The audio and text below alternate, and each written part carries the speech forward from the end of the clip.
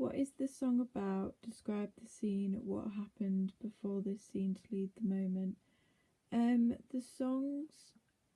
I think the song "Storm Clouds" highlights the negative impact it had on the women, and that it kind of just shows that when you want to make a difference, there'll always be a difficult time that you can't avoid. And I think this is a time where everyone's feeling down and negative about and doubt, and they're kind of doubting themselves whether this is actually worth it. And it's mainly about fallout since the first scene in the song is the men and women having an argument because Thule has decided to stop the men's money as well. So before they were supporting the women, but now because their money's cut off, then they literally have no money, and it's affecting their lives as well. And as I said before, just before the introduction to Mr. Thule happens, and it shows him deciding to not only cut off the O'Grady's money completely, but also the men working at Ford factory as well.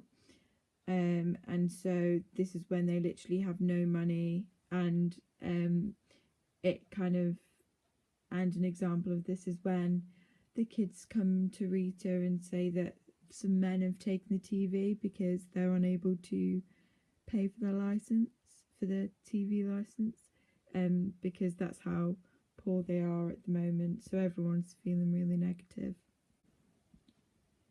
What is the purpose of this song? The purpose of the song is to kind of create a negative atmosphere throughout Dagenham, and I think it's a song which highlights the arguments, and especially the first scene where the men and women are kind of having arguments amongst themselves, because Thule, just before, Thule has made this decision to cut off the O'Grady's money completely and stop the men from working at Ford factories because the seats have run out. And so obviously that has a negative impact on the men, and makes them it harder to support them because it's having a negative effect on them. And so they're getting annoyed, and they're almost forcing them coming back to work, which obviously makes the women doubt themselves and feel negative about the whole situation. And the song also not only highlights the arguments and the decisions that Thule makes, but also talks a lot about money, because now that the men aren't working, then some families don't have any money at all. And the song has the line down to our last pound, and this evidence that they are, like, nearly every family is struggling, is when the kids come in and tell Rita that they're that some men have taken the television, and Eddie confirms that they couldn't pay it monthly, which just shows how much they're struggling with money and how little they have because they couldn't even keep up with the license. Also, I think it highlights the comparison from the songs such as I Want and Everybody Out, which from kind of the women's actions and the way that they were speaking, they were having fun and they were really optimistic, and they felt empowered by each other. And then suddenly it's kind of all gone negative and kind of depressed over the whole time, because all the families have gone out of work, such as when they sing there's 3,000 families unemployed and poor. And so it just shows how the attitude can suddenly drop due to money problems and Mr. Tooley making unfair decisions. Where does the song take place? How does this affect your singing movement? Okay, well, I think the scenes in the songs tells you more about where they are when unlike when they're actually singing, because when they're singing I think it's mainly on the streets. So I think in the first scene when the men and women are having arguments, I think it's on the streets where they normally bump into each other. And I think the conversation that Tooley and Hopkins have when they decide to pick the weak link, which is Sandra, I think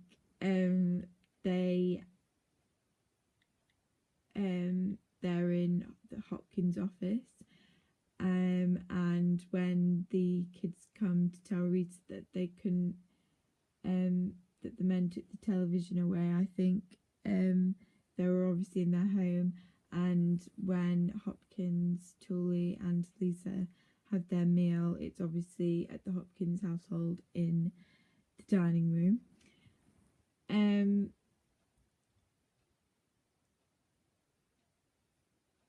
So it doesn't really affect the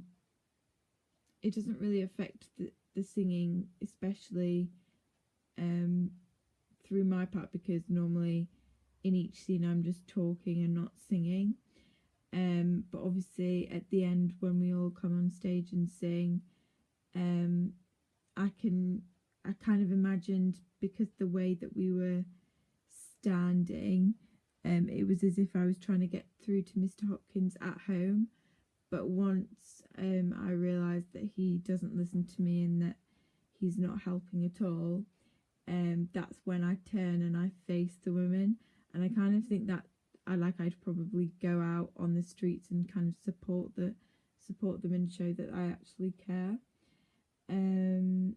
So I kind of turned from quite disappointed and irritated to really proud that the girls are still standing, even when Tooley's trying to crack their solidarity. Who are you singing to?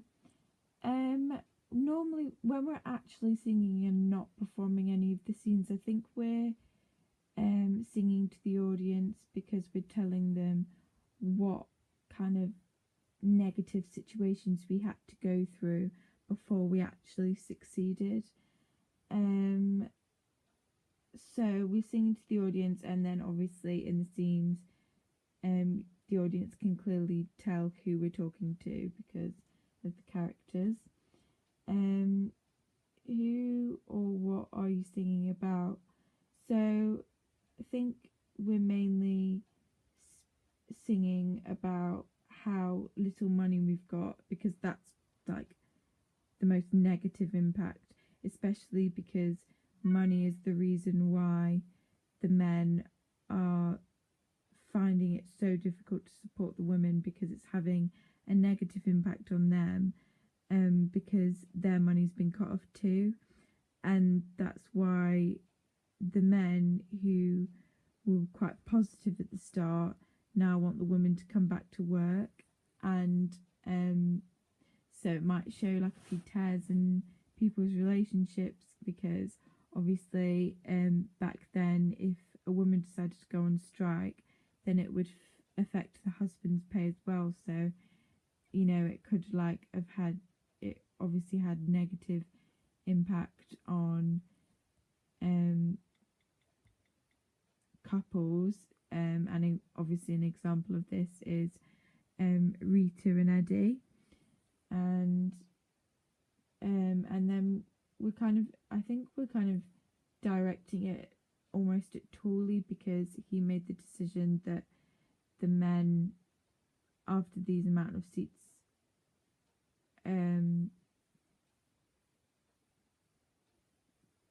because Thule decided to cut off the O'Grady's money completely and pick on Sandra and offer her a Ford's promotion contract, breaking the women's solidarity even more, which will make them question like if it's worth it.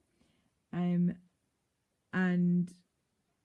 that's why the conversation between me and Thule heats up, because I want to know why they've done this, because after she knows exactly